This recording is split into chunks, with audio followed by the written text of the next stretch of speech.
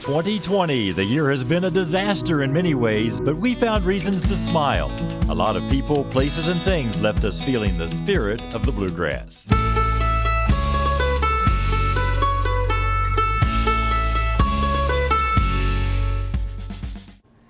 Hi everyone, I'm Marvin Bartlett. We have a lot of hard-hitting stories in our nightly newscast, and admittedly, many of them are sad. Stories about scams and scandals, diseases and disasters.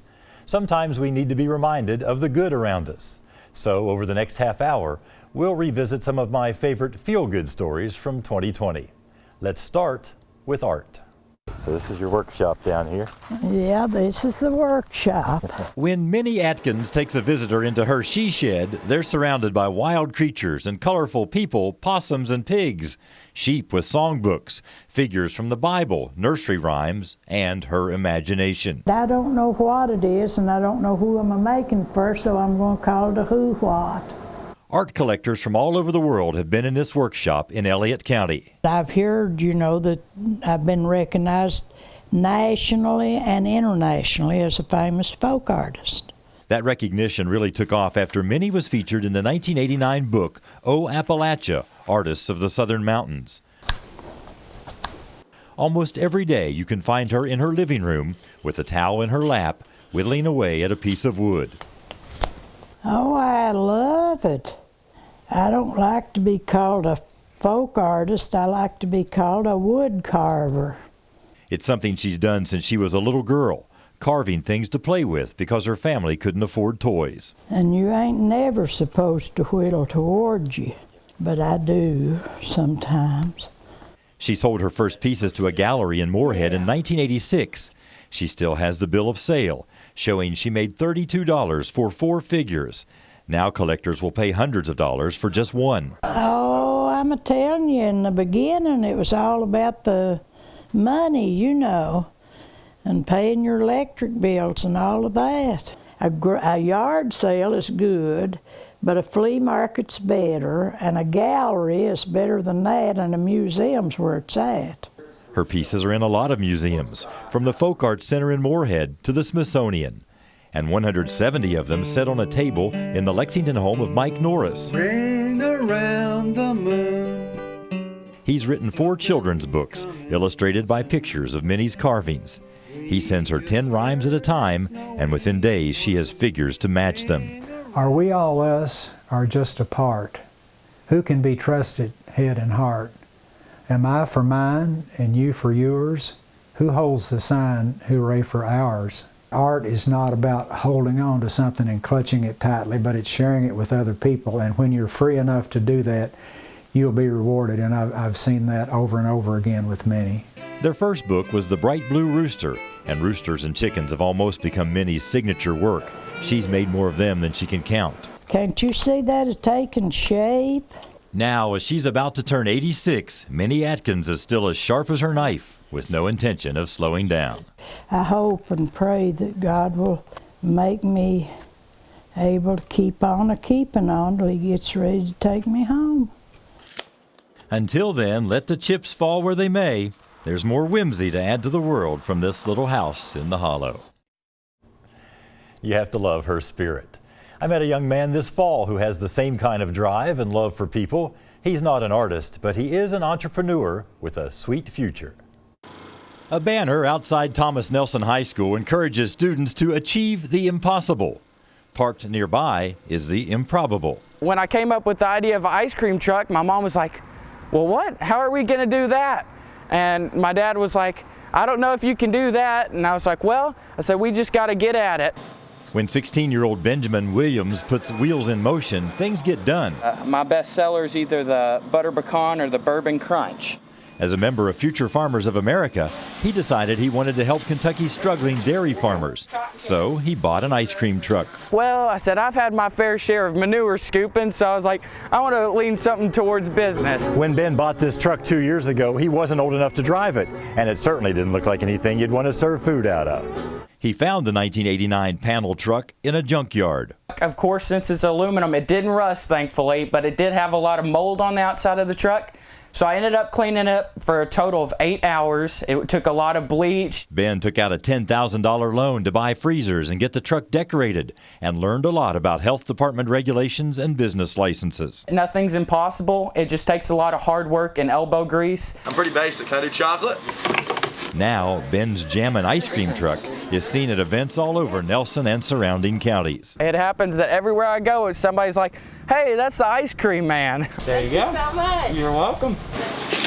All of the ice cream is Kentucky made at Cheney's Dairy Barn in Bowling Green. There you go. You're amazing. Just weeks ago, Ben paid off that loan and is now scooping up profits, saving money for college.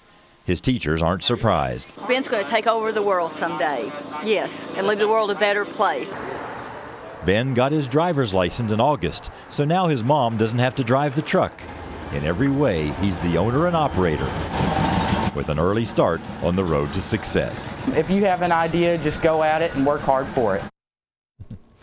Now that he's making a profit, Ben would like to buy a second truck and hire some help. He says he may add hot dogs to the menu. When we come back, we'll check out an old-fashioned bookmaker and introduce you to a Perry County man who finds balance in nature.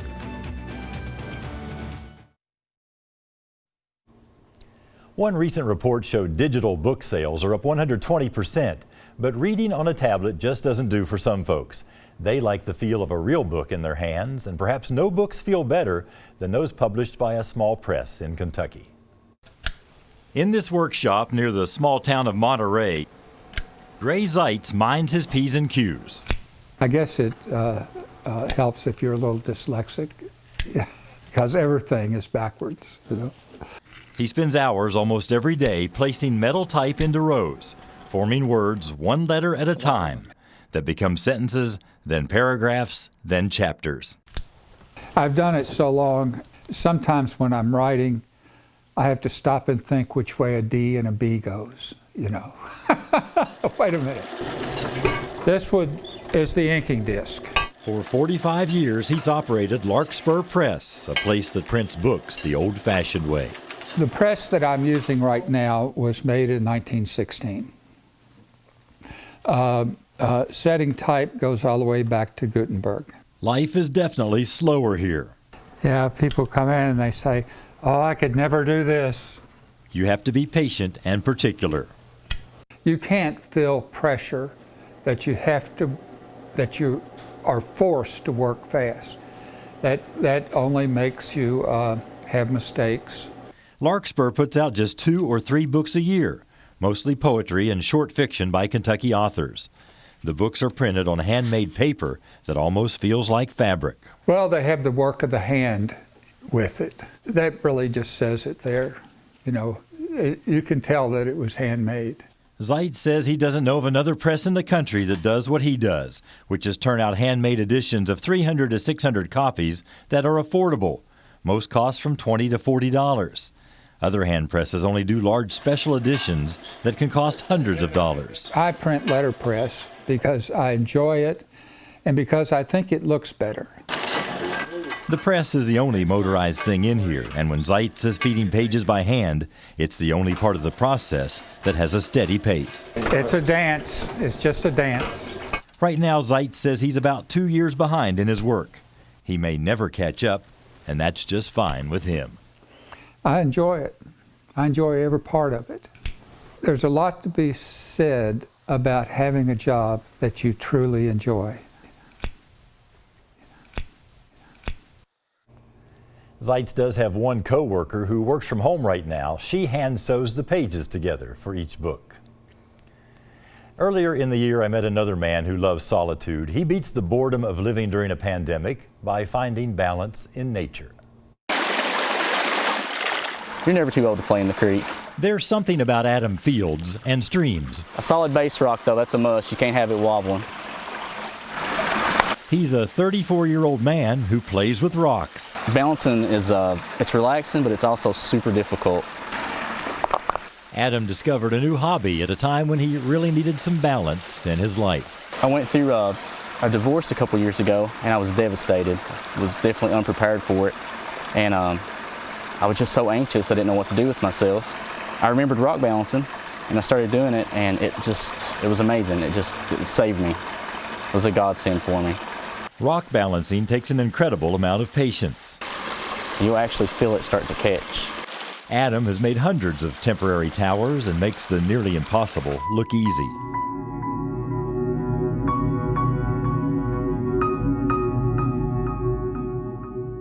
People have a hard time believing it's possible. I've heard glued, I've heard wires. Some friends joke with me that it's got to be some kind of black magic or voodoo. We're almost there. The moment of balance can come in an instant. You can feel the vibration going from the bottom to the top, and then it connects. It's like gravity lines up. It's like magic. It never gets old. Adam loves showing others how it's done, even a rockhead like me. I've got it. Pull it back towards you on this side. That side back towards you just a little. Okay. Oh, there, I got it. Ta-da! Nice! Maybe not quite as impressive as his. These works of art, and that's what they are, don't last long. Just a breath can knock them over. That's okay with Adam. You have to learn to let things go. But it's the time before the tumble that is set in stone, captured in pictures, solid memories of moments of peace. That moment it balances, it's like a release. It's a good feeling. If you'd like to see more of Adam's creations, he shares them on Facebook. Search for Kentucky Rock Balancing Art. They say beauty is in the eye of the beholder. Up next, find out why thousands of photographers want to take pictures of things that are rusty, rotten, and decayed. And we'll go to an unusual retirement home, this one for baby dolls who have been abandoned.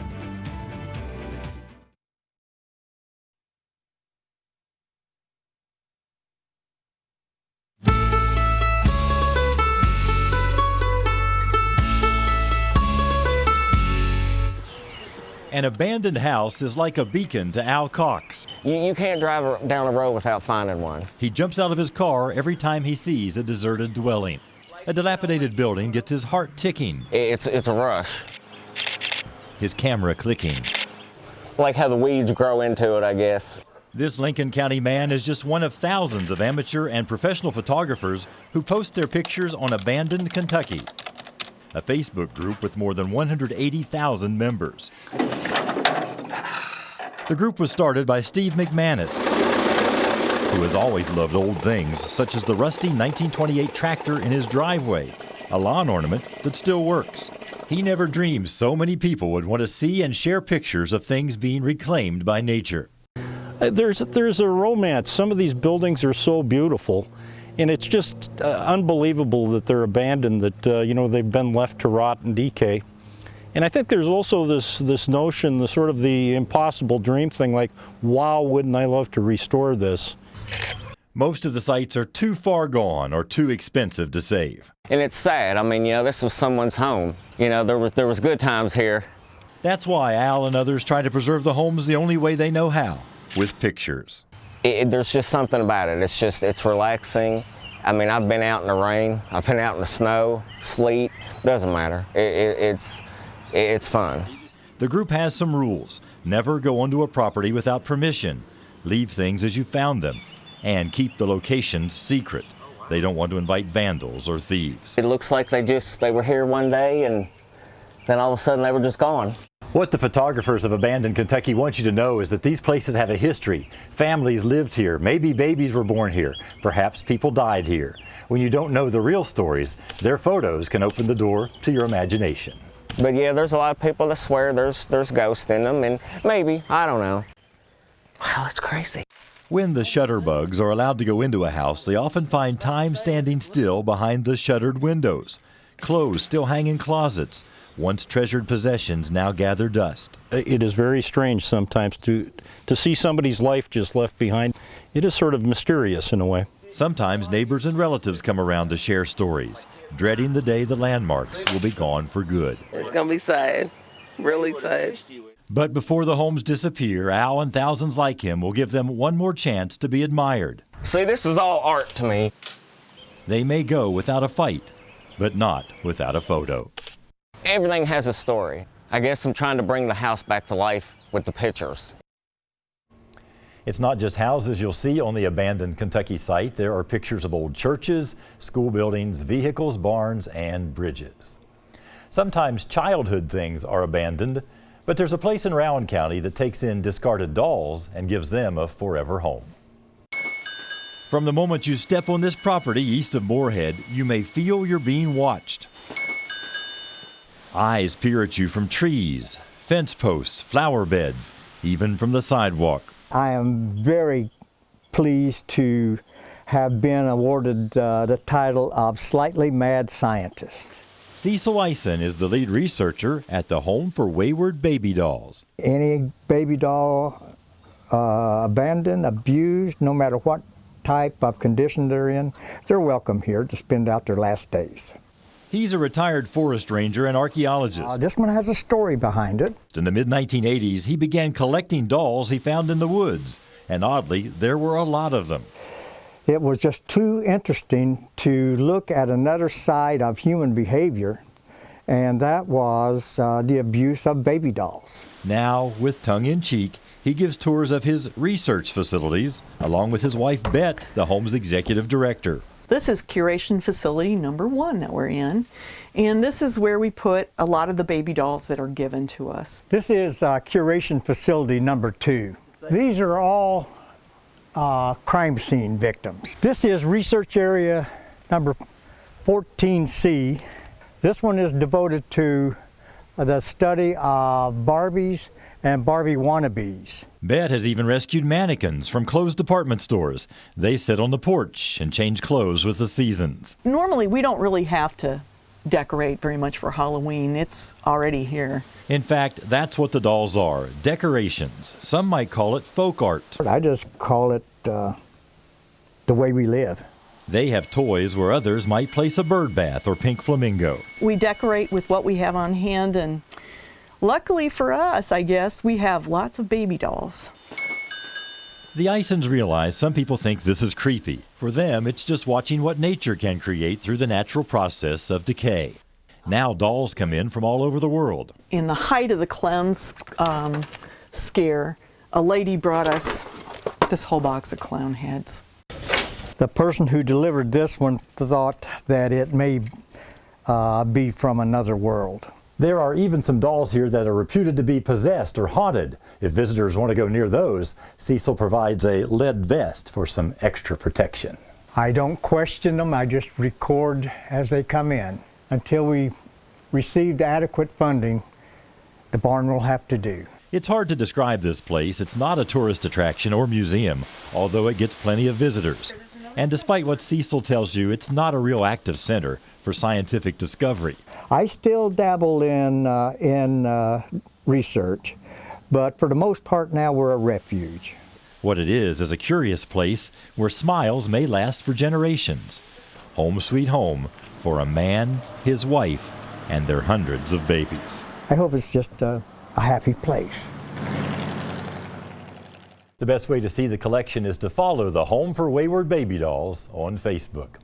Up next, a house that looks like it's for the birds. We'll go inside a cozy nest.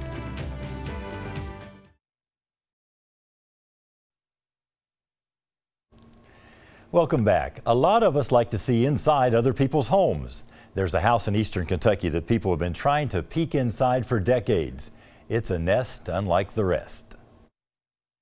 In the city of Hazard, Kentucky, there's an inn that's really quite ducky. The kitchen is neat, the bedrooms are sweet. If you stay there, you'll likely feel lucky. But on the outside, it's rather absurd.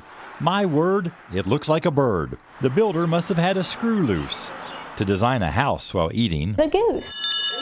An idea for the birdies. It started in the 30s. George Stacy's Thanksgiving dinner was great. Inspiration came on like a light.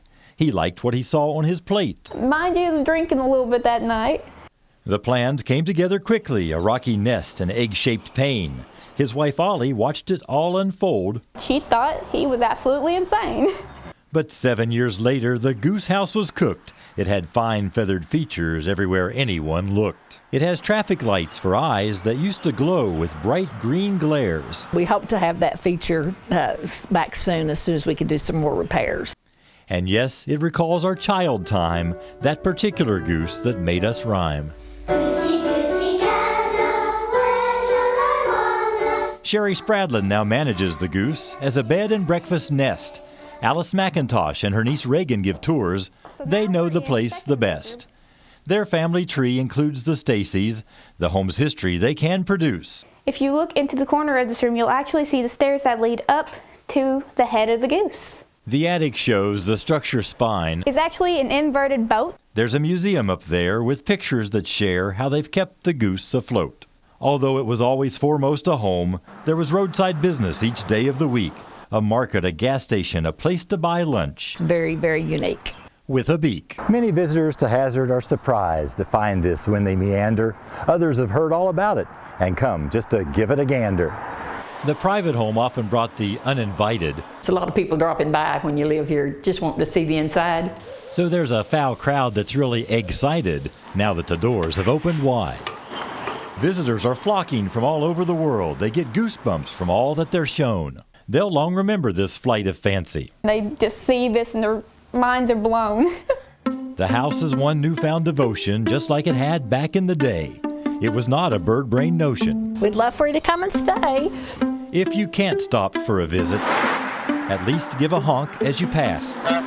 I'm Marvin Bartlett in Hazard with the spirit of the Bluegrass. Maybe I had a little bit too much fun with that one.